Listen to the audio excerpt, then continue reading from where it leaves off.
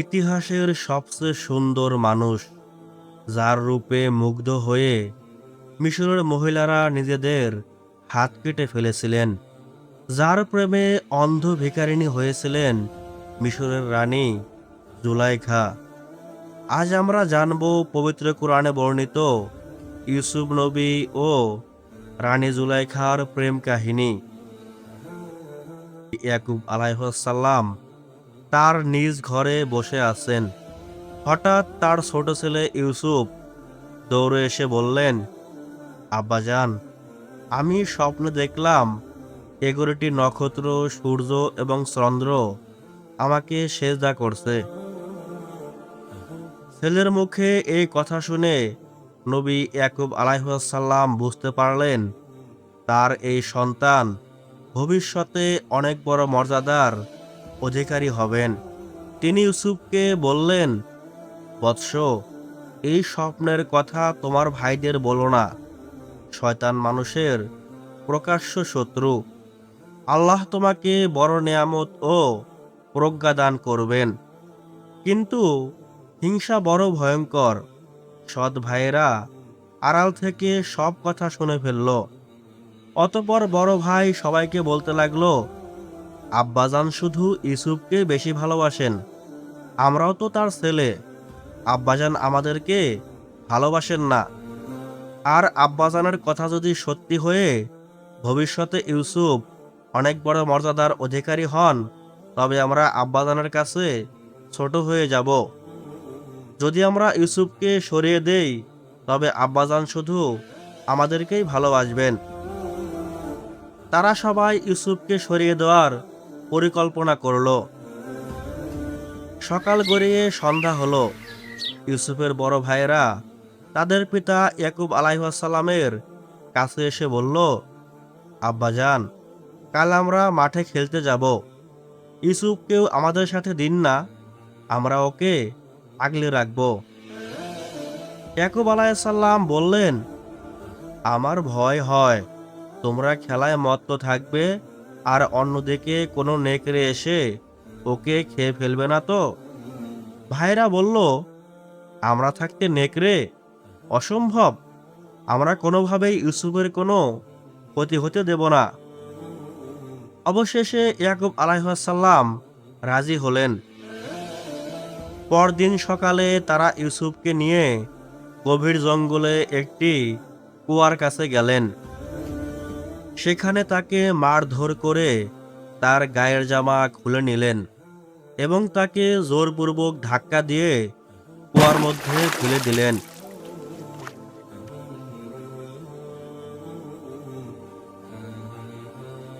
কুয়ার মধ্য থেকে ইউসুফ কান্নাজড়িত কণ্ঠে বলতে লাগলেন, ভাইজানেরা, আমাকে একা রেখে যেও না। আমার খুব ভয় করছে। দয়া করে আমাকে সঙ্গে নিয়ে যাও। আমি আমার আব্বার কাছে যাব। নিষ্ঠুর ভাইয়েরা ইউসুফের কোনো কথাই শুনল না। তারা ইউসুফের জামায় পশুর রক্ত মাখিয়ে বাবার কাছে গিয়ে বলল, আমরা অনেক চেষ্টা করেছি আব্বাজান, কিন্তু ইউসুফকে বাঁচাতে পারিনি। নেকড়ে এসে ইউসুফকে খেয়ে ফেলেছে। এ কথা শুনে ইয়াকুব আলাইহিসসালামের দেহ যেন পাথর হয়ে গেল। তিনি কান্নাজড়িত কণ্ঠে বলতে লাগলেন, না, এ হতে পারে না। তোমরা মিথ্যা কথা বলছো। আমার ইউসুফ মরতে পারে না। কাঁদতে কাঁদতে একটা সময় ইয়াকুব আলাইহিসসালাম অন্ধ হয়ে গেলেন, কিন্তু মনে মনে বিশ্বাস রাখলেন ইউসুফ বেঁচে আছে। গভীর জঙ্গলের মধ্য দিয়ে একটি কাফেলা ব্যবসার উদ্দেশ্যে মিশরের দিকে যাচ্ছিলেন। প্রচণ্ড তৃষ্ণায় তারা সবাই কাতর হয়ে গেল। এমন সময় সামনে একটি কুয়া দেখে সবাই সেখানে বিশ্রাম নেওয়ার চিন্তা করলেন। পানি তোলার জন্য কুয়ার মধ্যে বালতি ফেলতেই বালতির সাথে উঠে এলো ফুটফুটে সুন্দর বালক ইউসুফ। উপস্থিত থাকা কাফেলার সবাই ইউসুফকে দেখে মুগ্ধ ও অবাক হয়ে গেলেন। তারা ইউসুফকে মিশরের বাজারে দাস হিসাবে বিক্রি করার সিদ্ধান্ত নিলেন। অতঃপর ইউসুফকে বিক্রি করার জন্য মিশরের বাজারে দাসের কাতারে দাঁড় করিয়ে দিলেন। কিছুক্ষণ পর বাজারে আগমন করলেন মিশরের খাদ্যমন্ত্রী আজিজ মিশর। তিনি ইউসুফকে দেখে মুগ্ধ হয়ে গেলেন। তারপর ব্যবসায়ীকে জিজ্ঞাসা করলেন, এই বালকের মূল্য কত? আমি একে কিনতে চাই। তার কথা শুনে ব্যবসায়ী বলতে লাগলো, এই বালককে কিনতে হলে আপনাকে 18 দিরহাম দিতে হবে। আজিজে মিশর রাজি হলেন এবং তিনি 18 দিরহাম দিয়ে ইউসুফকে কিনে নিলেন। এরপর আজিজে মিশর ইউসুফকে সাথে নিয়ে তার স্ত্রী জুলেখার কাছে আসলেন এবং তাকে বিনয়ের সাথে বলতে লাগলেন, জুলেখা, দেখো এই কিশোরকে, এর চেহারায় এক অলৌকিক প্রশান্তি আছে।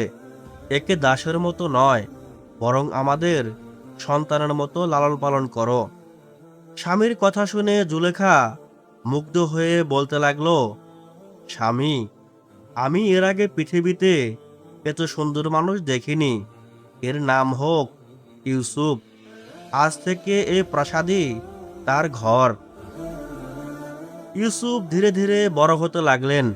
তার রূপ দেখে জুলেখা নিজের অজান্তেই তার প্রেমে মগ্ন হতে লাগলেন।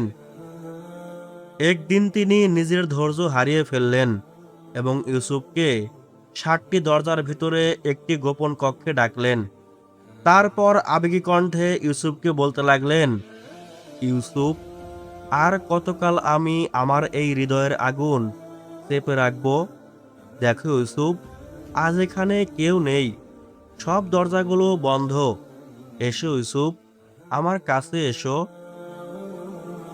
ইউসুফ আলাইহিসসালাম ভয়ে ভয়ে বলতে লাগলেন, হে আম্মা, আল্লাহকে ভয় করুন, যিনি আমাকে আশ্রয় দিয়েছেন।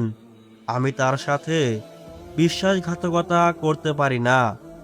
আর আমার রব সব কিছু দেখছেন, তার থেকে পালানোর কোনো পথ নেই। জুলেখা ইউসুফের কথায় গুরুত্ব না দিয়ে ধীরে ধীরে তার কাছে আসতে লাগলেন। ইউসুফ দৌড়ে পালানোর চেষ্টা করলে জুলেখা পিছন থেকে তার জামা টেনে ধরেন। এক পর্যায়ে ইউসুফের জামা ছিঁড়ে যায়। ঠিক সেই মুহূর্তে আজিজে মিশর দরজায় হাজির হন। স্বামীকে দেখে মিথ্যাবাদী জুলেখা কান্নায় ভেঙে পড়েন। কান্নাজড়িত কণ্ঠে স্বামীকে বলেন, স্বামী, দেখুন আপনার এ দাসের দুঃসাহস। সে আপনার অনুপস্থিতিতে আমার শ্লীলতাহানি করতে চেয়েছিল। যে আপনার সম্মানে আঘাত হানে, তার শাস্তি কি কারাবাস হওয়া উচিত নয়? তার এই কথা শুনে ইউসুফ আলাইহিসসালাম চমকে ওঠেন এবং ধৈর্যের সাথে বলেন, না, আমি নির্দোষ। তিনি আমাকে প্রলুব্ধ করেছিলেন। আমার জামার দিকে তাকিয়ে দেখুন, এটি পেছন থেকে ছেঁড়া। যদি আমি আক্রমণ করতাম তবে আমার জামা সামনে থেকে ছিঁড়ত। সত্য প্রমাণিত হওয়া সত্ত্বেও সমাজের গুঞ্জন থেকে বাঁচতে আজিজ মিশর ইউসুফ আলাইহিসসালামকে কারাগারে পাঠিয়ে দিলেন। মিশরের মহিলারা যখন জুলেখা এবং ইউসুফের এই কথাগুলো নিয়ে কানাঘোষা করছিলেন, তখন জুলেখা তাদের রাতের খাবারের জন্য ভোজসভায় ডাকলেন। এরপর জুলেখা সবার হাতে একটি ফল ও ধারালো ছুরি দিলেন। অতঃপর ইউসুফকে কারাগার থেকে নিয়ে আসা হলো। জুলেখা তাকে বললেন, ইউসুফ, এদের সামনে দিয়ে হেঁটে যাও। নারীরা বিস্ময়ে চিৎকার করে বলতে লাগলেন, ওহ খোদা, এ তো কোনো মানুষ নয়, এ তো এক জ্যান্ত ফেরেশতা। ইউসুফকে দেখতে দেখতে তারা সবাই ফলের বদলে নিজেদের আঙুল কেটে ফেলল, কিন্তু কেউ ব্যথায় কোনো চিৎকার করছে না। তাদের মধ্যে ব্যথার কোনো অনুভূতি নেই। এরপর জুলেখা বলতে লাগলো, দেখলে তো, তোমরা এক পলক দেখেই নিজেদের রক্ত ঝরালে, আর আমি দিনরাত ওর সাথে থেকেও ওকে পাই না। আমার কি পাগল হওয়া ভুল ছিল? কারাগারে ইউসুফ আলাইহিসসালামের কেটে গেল দীর্ঘ 7 বছর। একদিন সকালে অত্যন্ত বিচলিত অবস্থায় মিশরের বাদশাহ ঘুম থেকে জেগে উঠলেন। তিনি তার দরবারের সকল পণ্ডিত ও স্বপ্ন বিশারদদের ডাকলেন। এরপর বাদশাহ সকলের উদ্দেশ্যে বলতে লাগলেন, আমি এক অদ্ভুত স্বপ্ন দেখেছি। ৬০টি মোটা তাজা গাভী চারণভূমিতে ঘাস খাচ্ছে। হঠাৎ শুকনো কঙ্কাল আকৃতির ৬০টি গাভী এসে মোটা তাজা গাভীগুলোকে খেয়ে ফেলল। আবার দেখলাম ৬০টি সবুজ শস্যের শীষ আর ৬০টি শুকনো খটখটে শস্যের শীষ। কেউ কি আছো যে এর অর্থ বলতে পারো? বাদশাহর কথা শুনে উপস্থিত পণ্ডিতগণ বলতে লাগলো, মহামান্য সম্রাট, এগুলো এলোমেলো চিন্তার প্রতিফলন মাত্র, এর কোনো বাস্তব ভিত্তি নেই। ঠিক তখন রাজার সেই পুরনো পানপাত্র বাহক এগিয়ে এলো, যে ইউসুফের সাথে জেলে ছিল। সে বাদশাকে বলল, মহামান্য সম্রাট, কারাগারে একজন যুবক আছেন, নাম ইউসুফ। তিনি অতি নির্ভুলভাবে স্বপ্নের ব্যাখ্যা দিতে পারেন। আমাকে অনুমতি দিলে আমি তার কাছে যাব। বাদশাহ অনুমতি দিলেন। পানপাত্র বাহক কারাগারে ইউসুফের সাথে দেখা করে স্বপ্নের কথা বর্ণনা করলেন। ইউসুফ আলাইহিসসালাম বললেন, এই স্বপ্নের অর্থ পরিষ্কার। মিশরে টানা ৭ বছর প্রচুর বৃষ্টি ও ফসল হবে। তোমরা সেই ফসলের সামান্য অংশ খাবে আর বাকিটা শীষ সহ সংরক্ষণ করবে। কারণ এরপর আসবে টানা ৭ বছরের মহা দুর্ভিক্ষ। এই দুর্ভিক্ষ এতটাই ভয়াবহ হবে যে আগের ৭ বছরের জমানো সব শস্য মানুষ খেয়ে ফেলবে। তবে তার পরের বছর প্রচুর বৃষ্টি হবে এবং মানুষ আবার সুখের মুখ দেখবে। ইউসুফের মুখে স্বপ্নের এই ব্যাখ্যা শুনে পাত্রবাহক বাদশাহর কাছে গিয়ে বললেন। ব্যাখ্যা শুনে বাদশাহ অত্যন্ত খুশি হয়ে বললেন, অপূর্ব! এমন প্রজ্ঞাবান মানুষকে আমরা কারাগারে রেখেছি। ইউসুফকে সসম্মানে নিয়ে এসো, আমি তাকে আমার একান্ত পরামর্শদাতা করতে চাই। অতঃপর ইউসুফ আলাইহিসসালাম বাদশাহর কাছে এসে বলল, আমি মুক্ত হতে চাই না যতক্ষণ পর্যন্ত আমাকে দেওয়া মিথ্যা অপবাদের সঠিক বিচার না হয়। এরপর জুলেখাকে বাদশাহর দরবারে নিয়ে আসা হলো। বাদশাহ জুলেখাকে বললেন, জুলেখা, সত্যিটা কি বলো? জুলেখা এবার চরম লজ্জিত হয়ে বলল, আজ আর লুকানোর কিছু নেই। অপরাধ আমারই ছিল। ইউসুফ সম্পূর্ণ নির্দোষ ও সত্যবাদী। বাদশাহ ইউসুফকে পরম সম্মানে গ্রহণ করলেন এবং তাকে মিশরের খাদ্য ও অর্থ ভাণ্ডারের দায়িত্ব দিলেন। ইউসুফ আলাইহিসসালাম যখন ক্ষমতার শীর্ষে, তখন জুলেখার জীবনে নেমে আসলো অন্ধকার। জুলেখার স্বামী আজিজে মিশর কিছুকাল পরেই রোগাক্রান্ত হয়ে মারা যান। স্বামীর মৃত্যুর পর জুলেখা একা ও সহায় সম্বলহীন হয়ে পড়েন। জুলেখা তার সমস্ত ধন সম্পদ, দাসদাসী এবং অর্থ ইউসুফের বিরহে এবং মানুষের কাছে তার সংবাদ পাওয়ার আশায় বিলিয়ে দিতেন। কথিত আছে, কেউ যদি এসে বলতো, আমি ইউসুফকে দেখেছি, জুলেখা তাকে মহামূল্যবান উপহার দিতেন। এভাবে একদিন তিনি নিঃস্ব হয়ে যান।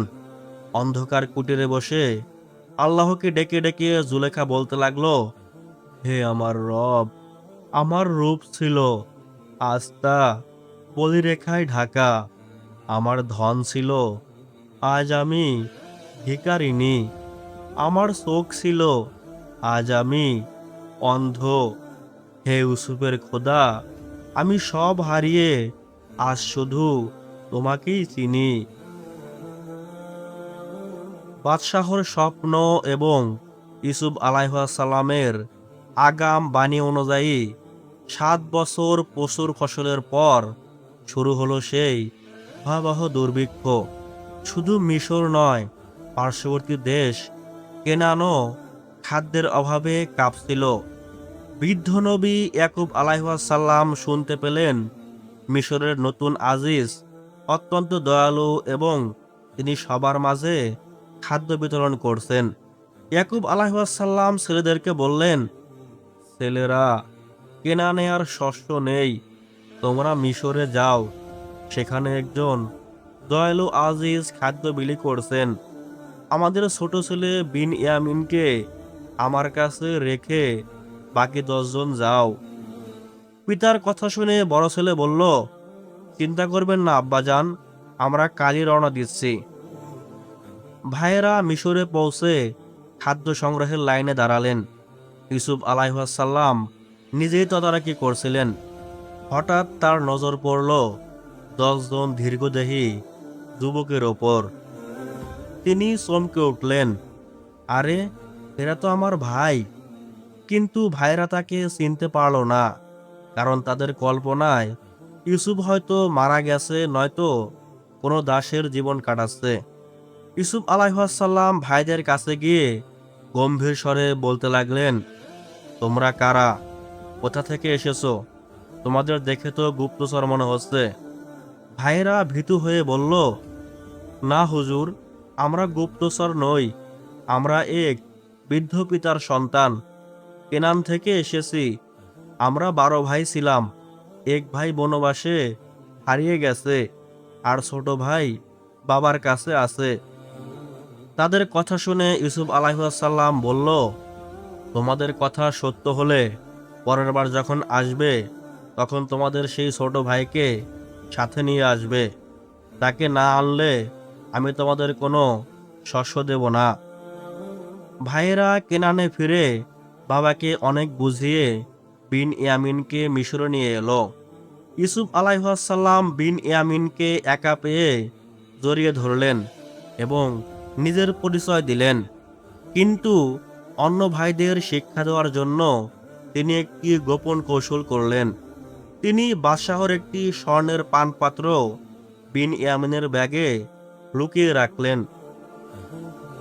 যাওয়ার পথে তল্লাশি করার সময় প্রহরীরা বলল, দাঁড়াও, বাদশাহর চুরিকৃত পানপাত্র তোমাদের ব্যাগে পাওয়া গেছে। বিন ইয়ামিনকে কয়েদি হিসাবে মিশরেই থাকতে হবে। ভাইয়েরা কান্নায় ভেঙে পড়ল, হুজুর, আমাদের বৃদ্ধ পিতা এই ছোট ছেলেটিকে ছাড়া বাঁচবে না। আমাদের একজনকে আপনি রেখে দিন, তার বদলে ওকে যেতে দিন। ইউসুফ আলাইহিসসালাম তীব্র কণ্ঠে বলল, না, যার ব্যাগে পাওয়া গেছে তাকেই থাকতে হবে। বড় ভাই ইয়াহুদা যখন বারবার বিন ইয়ামিনের জন্য মিনতি করছিল, তখন ইউসুফ আলাইহিসসালাম আর নিজেকে ধরে রাখতে পারলেন না। তার চোখ ভিজে এলো এবং আবেগজড়িত কণ্ঠে বলতে লাগলো, তোমরা কি জানো তোমরা তোমাদের ভাই ইউসুফের সাথে কি আচরণ করেছিলে যখন তোমরা মূর্খ ছিলে? ভাইয়েরা স্তব্ধ হয়ে গেল। সে কি? তবে কি আপনিই কি সেই ইউসুফ? হ্যাঁ, আমি তোমাদের সেই ভাই ইউসুফ, আর এ আমার ছোট ভাই বিন ইয়ামিন। আল্লাহ আমাদের ওপর বড় দয়া করেছেন। ভাইয়েরা ভয়ে কাঁপতে কাঁপতে মনে মনে ভাবতে লাগলো, ইউসুফ হয়তো এখন তাদের শাস্তি দেবে। কিন্তু না, ইউসুফ আলাইহিসসালাম বললেন, আজ তোমাদের প্রতি আমার কোনো অভিযোগ নেই। আমি তোমাদের ক্ষমা করে দিলাম। আল্লাহ তোমাদের ক্ষমা করুন। এই নাও, আমার এই গায়ের জামাটি নিয়ে যাও, এটি বাবার চোখের উপর রেখো। ভাইরা কেনানে ফিরে জামাটি ইয়াকুব আলাইহিসসালামের চোখের উপর রাখতেই অলৌকিকভাবে তার দৃষ্টিশক্তি ফিরে এলো। ইয়াকুব আলাইহিসসালাম ছেলেদেরকে বললেন, আমি কি তোমাদের বলিনি আমি আল্লাহর পক্ষ থেকে এমন কিছু জানি যা তোমরা জানো না? ইউসুফ জীবিত আছে, আমি আগেই জানতাম। এরপর পুরো পরিবার কেনান ছেড়ে মিশরে চলে এলেন। ইউসুফ আলাইহিসসালাম তার বাবা মাকে সিংহাসনে বসালেন। তখন বাবা মা এবং 11 ভাই ইউসুফের সম্মানে মাথা নত করলেন। ইউসুফ আলাইহিস সালাম আকাশের দিকে তাকিয়ে বললেন, আব্বাজান, এটি আমার সেই ছোটবেলার স্বপ্নের ব্যাখ্যা। আমার রব সেই স্বপ্নকে আজ সত্য পরিণত করেছেন। মিশরের রাস্তা দিয়ে ইউসুফ আলাইহিস সালাম হেঁটে যাচ্ছিলেন। পথের ধারে জরাশীর্ণ পোশাকে এক বৃদ্ধাকে ডুকরে কাটতে দেখে তিনি থমকে দাঁড়ালেন। ইউসুফ আলাইহিস সালাম বৃদ্ধাকে গিয়ে বললেন, হে বৃদ্ধা, তুমি কে? কেন আমার নাম ধরে এভাবে বিলাপ করছো? বৃদ্ধাটি বলতে লাগলো, ইউসুফ, তুমি কি সেই জুলেখাকে চিনতে পারছো না, যে এক সময় তোমাকে সোনার সিংহাসনে বসিয়েছিল? আজ সে তোমার রাস্তার ধূলিকণায় মিশে আছে। ইউসুফ আলাইহিস সালাম থমকে গেলেন। তিনি জুলেখার এই করুণ দশা দেখে ব্যথিত হলেন। জুলেখা এখন আর মূর্তি পূজা করে না, তিনি এক আল্লাহর ইবাদত করেন। ইউসুফ আলাইহিস সালাম জুলেখাকে বলল, জুলেখা, তুমি কি এখনো আমাকে চাও? এই কথা শুনে জুলেখা বলল, এক সময় আমি তোমাকে নিজের জন্য চেয়েছিলাম, কিন্তু আজ তোমার খোদাকে চিনেছি। যদি তিনি অনুমতি দেন তবেই আমি ধন্য হব। ঠিক সেই সময় জিবরাইল আলাইহিস সালাম সেখানে অবতীর্ণ হলেন। সে ইউসুফ আলাইহিস সালামকে উদ্দেশ্য করে বললেন, হে আল্লাহর নবী ইউসুফ, আল্লাহ আপনাকে জুলেখাকে বিবাহ করার আদেশ দিয়েছেন। এরপর জিবরাইল আলাইহিস সালামের হাতের ইশারায় এবং মহান আল্লাহর ইচ্ছায় জুলেখা পুনরায় তার দৃষ্টিশক্তি এবং যৌবন ফিরে পেল। অতঃপর ইউসুফ নবী জুলেখাকে বিয়ে করে পরিবার সহ সুখে শান্তিতে দিন কাটাতে লাগলো। ইউসুফ ও জুলেখার এই প্রেম কাহিনী আমাদের শেখায়, ধৈর্য এবং আল্লাহর উপর ভরসা থাকলে অন্ধকার কুয়া থেকেও রাজ সিংহাসনে পৌঁছানো যায়। আর সত্যিকারের ভালোবাসা যদি আল্লাহর সন্তুষ্টির জন্য হয়, তবে তা সময়ের ব্যবধানে ঠিকই পূর্ণতা পায়। ভিডিওটি ভালো লাগলে আপনার প্রিয়জনদের সাথে শেয়ার করার অনুরোধ রইল।